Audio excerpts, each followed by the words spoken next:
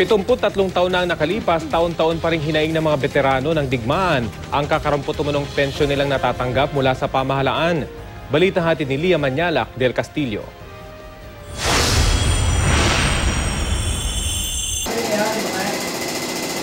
Siyam na 78 taong gulang na si Lolo Bayani Osorio, veterano ng World War II, pero matalas pa raw ang kanyang memorya. Isa si Lolo Bayani sa mahigit 10,000 Pilipinong sundalong nakasama sa Death March.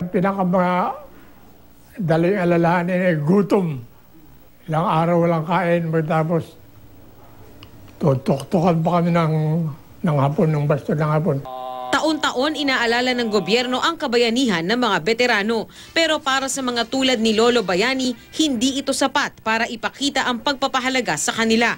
It is a social obligation without any real reason. But they celebrate something. And sa palagay nila, they are doing society something good. They do not care more than that. Isa sa patuloy na daing ng mga veterano ang kakarampot nilang pensyon na nasa 5,000 piso kada buwan.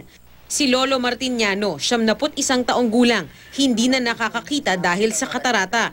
Isa lang ang panawagan kay Pangulong Aquino, madagdagan ang natatanggap niyang pensyon bilang veterano. Anak mong bang hinihingi? Madagdagan tayo nagpapaaral, matulungan, madagdagan ng kaunti. Nung kasakit ito sa ospital na inisalta yung anak ko, marami nilakad yung ano. Ay sabi na ilabas na natin si tata. Ang mga babaeng veterano sa Albay, ganito rin ang panawagan. Panawagan namin ay dagdagan lamang yung mga na-receive namin na pensyon. Nakulang sa panggastos namin, panggamot, yung 5,000. Kaya kailangan na namin, ang tagal nang hinihintay namin. Ayon naman kay Presidential Communications Operations Secretary Sonny Coloma, sinisikap ng pamahalaan na maging makahulugan ang bawat pagdiriwang ng Araw ng Kagitingan.